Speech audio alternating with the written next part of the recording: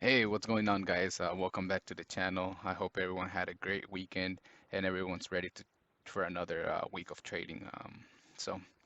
All right, so today we actually started the market with a big gap down from Friday's close.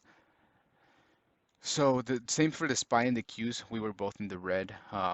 From what I read this morning, CNBC, most likely because the Fed, is planning to taper interest rates. Uh, and they have a meeting, I think starts tomorrow and it lasts through Wednesday. And then Thursday, Jerome Powell will come out and give us the minutes of what happened during the meeting. So I think it's just people, being scared of what might the outcome might be for this meeting. Also, this might just be a healthy retracement. But the only problem that I see is that on the SPY is that we did break above this long-term resistance area, which was the 50 moving average. We did close below that on Friday, and now we are way down below it. So that's the only concerning thing right now, and we are below this previous breakout level on the daily chart on for the SPY, same for the Qs. So it is pretty concerning, but it's not surprising after this long bull run that we had since the pandemic started.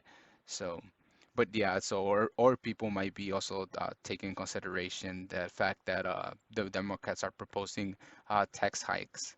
So. So it might be a mixed feelings, mixed of everything, but we don't know that yet. Well, we'll never know. We just know that the market is selling off. So this morning we opened down on a pretty big gap. Usually on these days I find it hard to trade just because I expect, okay, well, the market is already gapped down. I expect a pullback. So that's what happened to me this morning. I had a long bias on every trade I took, and then I kind of started red in the morning, but then worked my way up to green. So that's good. But yeah, so that's the overall market for today. So let's get over to see the trades I took for today. So today I only traded Tesla. So I traded Tesla here in the morning. So here I'll play the tape real quick. I like to show my trades. I think it's more interesting to see when you play the tape. So let's get started here. So saw Tesla right at the open. I like the big 2 minute candle right here. I have a rule that I don't trade the first 2 minutes, just because if I don't trade the first 2 minutes, at least I see what the market is trying to do. And so I was expecting for a pullback to the long side right at the open, but I wasn't gonna take it because o overall the market was um, it was gapped down too much. So I saw this big 2 minute candle, and I was hoping I would get it an ABCD pattern, so for a continuation to the upside. My profit target was over here, the 200 moving average.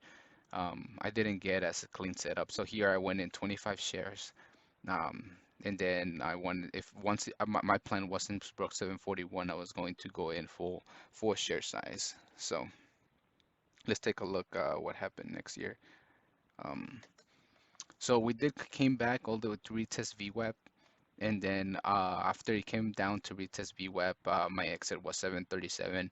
I wasn't really scared just because I only had 25 shares. This was a 2 point drop, so that would have been like $50 loss. So I can take that kind of loss. So that's why I started partial here, and I just wanted to see a whole VWAP and potentially go over 740 and give me a pretty good push all the way to 746.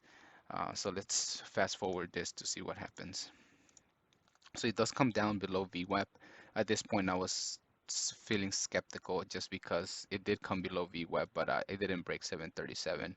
So right here, I did go in. I see this candle turned green. I added 100 shares for a move above this 741 level, which was the current day's high. My only error mistake here was that at first I had put an order there for 450 to take 50 shares out. Then I took it out and I actually replaced it with a 25 shares. So that was my mistake. My mistake is that as you'll see here, I should have taken more profits up here at 741 in case it did reverse like it did. But instead I only took out 25 shares. So I did take out 10, 25 shares right at 741.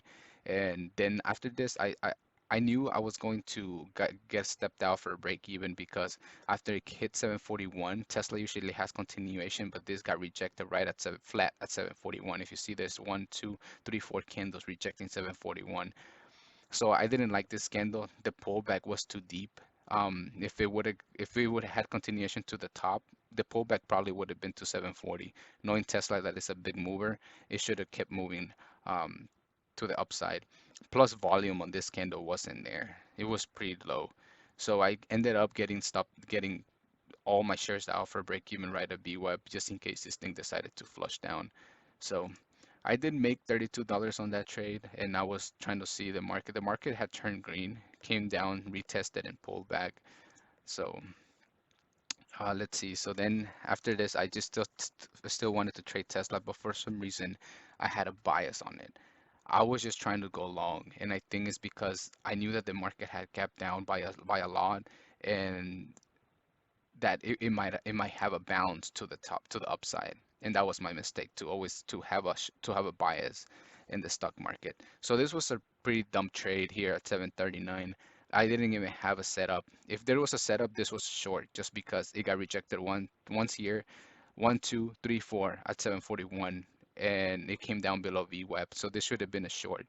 I was just biased to the upside, and the moving averages were here, so I shouldn't have even taken this trade. So I go in 25 shares, and this just quickly goes against me. So I ended up hopping out for like a $50 loss. So I think on this trade I lost like $25, well, more. So I lost 26 plus 32 I had. So so that was my second trade on Tesla. After this, I was trying to keep it cool, not get frustrated. So I was just trying to see how the price action developed here. So I knew this level here was the level that around above 734. So was looking at other stocks, but nothing looked good. So I just came back to Tesla. So the 735 level seemed to be a level here on the pre-market. So I was looking at the higher time frames to see. So see 735 level there. That's a pretty important level, as well as like above 733. So so let's see here. So I don't take a trade until like a little bit. So here I go long again, and I go long again with 25 shares. I don't it doesn't work in my favor, so I just ended up getting stopped out again. So let's fast forward this. So after this was another mistake I did because after this big drop below VWAP, at excuse me, of course at this level we're going to consolidate.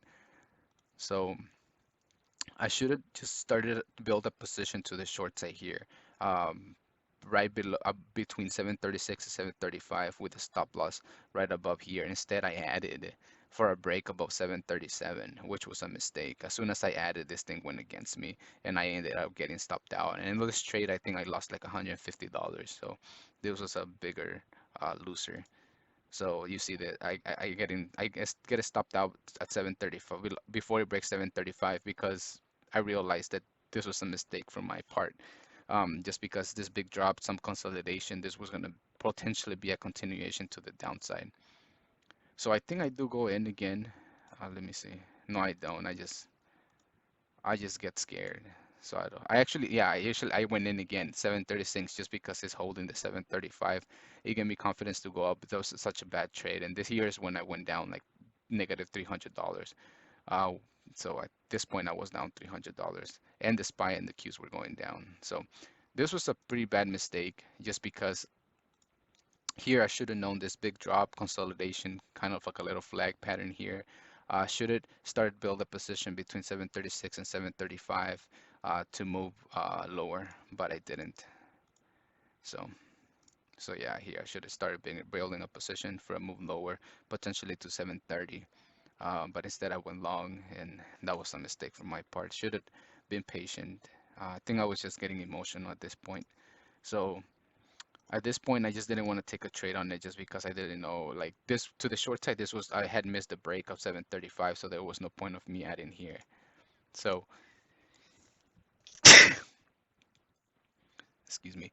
So, right now, and I'm just scrolling to see if I see another trade. And AMC, uh, looked good, but I didn't take the trade on AMC just because I didn't want to trade AMC. So here, let's go. So I go back to Tesla now. So it went down below 733, and I see the SPY and the Qs going up, and I still have a long bias, which is so bad. So here I start a position again with 25 shares. Actually, I bought 100 shares here. I think at this point I was just getting emotional, so I was just trying to make the money back quick, which was could have been a mistake because this was still on the downtrend. But I saw that the pre-market low here, so it gave me a little bit of confidence that I was gonna stop out here, but I was gonna be like a more than $100 loss. So I could have been down like almost 500 bucks. So I add 100 shares here, and my thought was that if it holds 733, I was gonna add more for the break of 734. And so I do end up adding 150, I mean 50 more shares for a break higher, and I added, and it does go on my um in my favor. So it does break 734. This is kind of I like what made me feel confident about this is that it engulfed the previous candle right above an important level, which was a pre-market low. So there was a bullish engulfing candle, ABCD pattern on the lower time frame here. So it gave me confidence. Stop loss was below 733, and my average wasn't that bad. It was right a little bit above 733. So this trade does go in on my way as soon as I well a little bit like 2 minutes after I get into the trade, and I start taking profits right up there. I realize that I am down and I can't be greedy. So I get out a little bit above 735, which is this prior consolidation here, and I end up getting more out at 737, close to VWAP. So now I'm down only 53 bucks, right? And I my thought now was okay, my plan was to add if it came down retested here, this previous consolidation area and then put a break above 37. So I did add, but my add was too late because I added once it broke 737. Should have added on this pullback above the up close to this area for some taking some profits here at around 737. So after it didn't have continuation above 737 and break this previous resistance down support, I got out fully for I think I only lost like 20 bucks on that trade. So I end up getting stopped out for almost break even. Um, so after this, I just keep watching it, and so once it tested 735, I go in again to see if it breaks 737. Just because it's above the moving averages here and above this consolidation area. So I add 150 shares right there. I add full position once it breaks 736, but my average was below 735. Above 735, my stop loss was below 735, so it wasn't that bad. So it does break 737 quick, and I take profits right there. I take 50% of my position out, take another 50% up there to see if it's gonna go retest this previous day high. Um, well, current day's high, and I bring my stop loss to break even. But after it went above the 737 and couldn't hold, I realized that once if it loses VWAP and this candle closes below it, people want to start jumping out. People who thought that after it took positions here, long positions above 37. So I quickly recognized that and bring my stop, and I got stopped out to break even.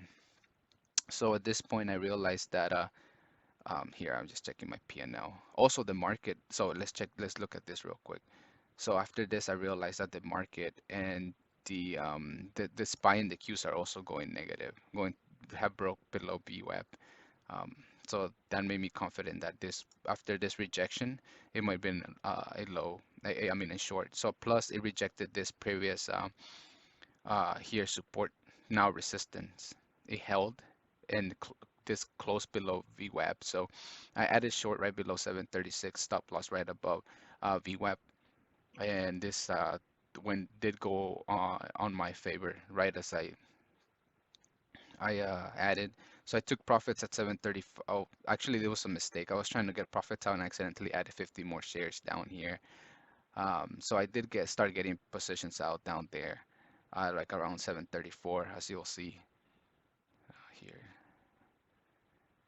So I ended up getting out some positions there, and get more out, but close to 733.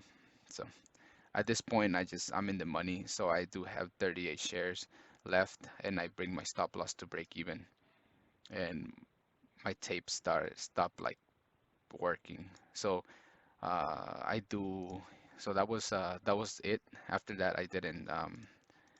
I had 38 shares left writing, and I took them out right here at 732.